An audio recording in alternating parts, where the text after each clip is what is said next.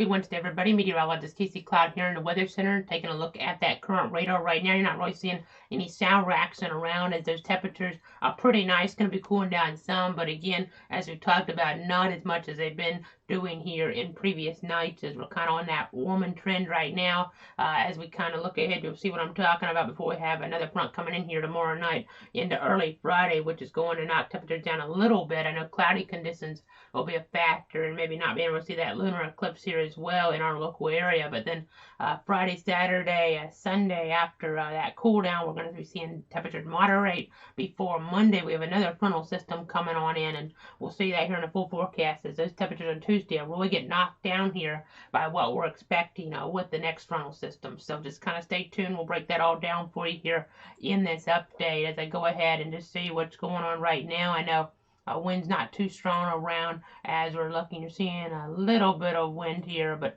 not too much to take note of at this point. So you're seeing, I know, down toward areas there, it looks like around Ocala still up to 74. But contrast that with Blakely there in Early County, Georgia. They're at 59. I know they read a little bit cooler than some other spots in our area, but definitely interesting to kind of compare and contrast some of these temperatures here in our viewing circle here at this point of the day. As we'll go ahead and look outside right now, you'll get an idea of what's going on here with some of those different cameras. Let's go ahead and start off with the baseball grounds in Jacksonville, where you'll see those clearer looking skies around. I know some interesting smells in Jacksonville today. I know it's been kind of discussed in the local media there. Just seeing some things go on with the atmospheric conditions, kind of keeping those smelly conditions around there. An odd smell being noted is because you have the air there above and then the air at the ground level here kind of holding things in a little bit. But we'll go ahead now and switch on over toward the FSU Weather Stem camera in Tallahassee now, where you're seeing, it looks like maybe something going on over there at the stadium. I know there is something going on in the General Tucker Civic Center tonight. FSU basketball conditions look nice for that. You really don't need to worry too much. Maybe a light jacket, something like that, but no storms, no rain anticipated as you're headed out toward that. So that's the good news. But that's 8 o'clock there on the ACC network. Florida State taking on Tulane. So we'll go ahead and move away from this spot right now and take you on over to a spot in between the two, and that's Cedar Key, our Cedar Key Fire and Rescue camera here from Weather Stem. You'll see what's going on out toward Levy County, and you'll be able to see here the conditions pretty nice there as we get toward the west coast of Florida at this hour. Again, we're going to be showing you some changes coming up here in that full forecast cycle in just a moment. But let's go ahead and move away from Weather Stem for now. We'll show you that viewpoint once again with those temperatures. You see what's happening here across the area. Always interesting to take note of that. But now I do want to go back in weather history to 8 years ago today, because we had a pretty severe tornado outbreak take place toward Illinois, especially some other states involved there with this as well. But I know in Illinois they were really dealing with this. It was a deadly outbreak there. With more than 30 tornadoes. I mean, we're talking about in Indiana even, and it's just a nasty, nasty scenario. 73 total here with this situation. Multiple fatalities as we've kind of referenced. And I'm going to go back now on our GR2 analyst computer right now and see what we're talking about here with one of these, the strongest tornado, a high-end EF4 that was deadly there around East Peoria there, around Washington, Illinois as well. You'll be able to see how we had that spin pop on up there, and you see all those tornado reports there, south side of Peoria, really. I'll go ahead and put my mouse here. You see all these different reports, and then as we continue to loop this around, you'll be able to see here, we have the debris bowl even so up on the radar here. You don't even need correlation coefficient. We did have it back then, but you can just see here that debris ball popping on out. I'll go ahead and pause it right about now.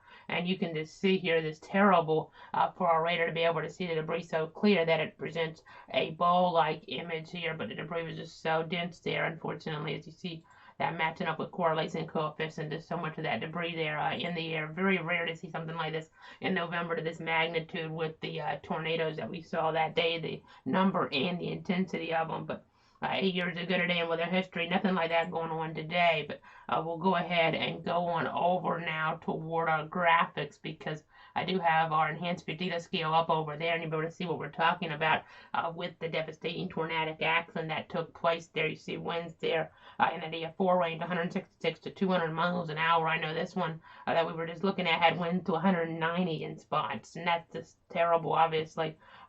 Casualty producing storm there. As you see, just what's going on with this. I know generally our tornadoes in this part of the country are EF0, EF1s. I know we did have the EF3 there toward Albany, one toward Adel, and another one there toward southeast Georgia, all within the last 5 years or so. So definitely seeing some of those, but a really severe tornado as we got up there and reaching that devastating classification. As you see here, the next 7 days with that rainfall forecast. Interactive radar always available at cloudweather.com/radar. But you see more rain toward the south, and that's something we'll be talking about more tomorrow, because it looks like we could have an increased rain chance for that high school football game as Bradford's traveling down to Pahokee on Friday there. Very unusual long trip for the Tornadoes in Palm Beach County, and that's going to be a trip where we could have some rain, maybe some storms even getting going. Chances right now look to be between about 40 and 60%, but we'll kind of nail that down a little bit more tomorrow, hopefully, and we have some other high school football games of interest as well. But you can definitely see the higher rain chances here and the higher accumulations of rainfall down further south in the state. So something to kind of look out for here as we're looking ahead. Our area looks pretty dry.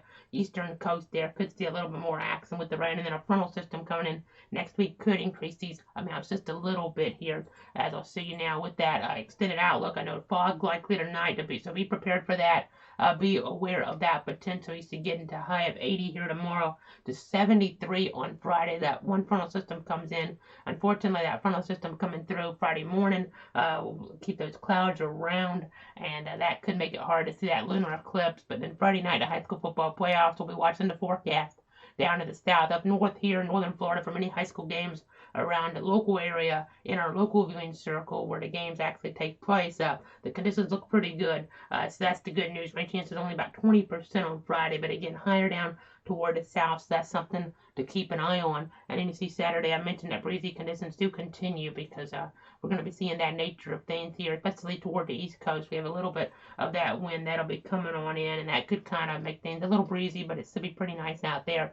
And then you see Sunday getting up there a little bit, about 74, but then falling back down a bit on Monday as that next system comes in. A higher rain chance here in store, 40% chance of rain even. And then as we get toward Tuesday, toward Wednesday, you see those temperatures really falling down even more here. The coolest here maybe we've seen all year coming on in, except that nor'easter, of course. But you can kind of get the idea here, talking about all season, obviously, here with this. But gonna go ahead and continue to watch this scenario to see how cool we end up getting here toward Tuesday morning, toward Wednesday morning. We saw with the nor'easter, those temperatures not get that low maybe, and the highs, though, obviously going to be getting higher than we saw when we had that cloud cover really entrenched around the area. So that's just something to kind of take note of here for sure as we continue to watch things in the grand scheme. So I will go ahead now and move away from this right here. We'll take you on over again, keeping an eye on what happened there 8 years ago with our look back at the Doppler radar. Just such a serious situation, a deadly situation up there toward parts of Illinois. And then locally, though, things calm right now. Things calm across the country really as I zoom on out. You see a couple of general areas of thunderstorm possibilities showing up, even a few if you count the area down toward Texas, the coast there. But I'm not expecting any severe weather really. You see temperatures cooler there toward areas there in Colorado, toward Nebraska. You see some 30s toward, it looks like, South Dakota, North Dakota, the 20s there. And that means some snow popping on up as we get in toward this area, toward Bismarck, toward Fargo, some of those zones, toward Duluth, Minneapolis. You kind of get the idea here as we're looking further on up. So something to kind of be intrigued by. You see a little bit of lightning here in the Gulf, but there's not really much to talk about, and that's good news, obviously. But next week, a system that's going to bring cooler air into our region could end up bringing some more storminess up toward the north here. So that'll be something to watch for Thanksgiving travel, obviously. We'll continue to cover all that here from the Weather Center, but I think we pretty much covered everything we need to here today. Just checking my notes real quick to see if there's anything else we need to go over.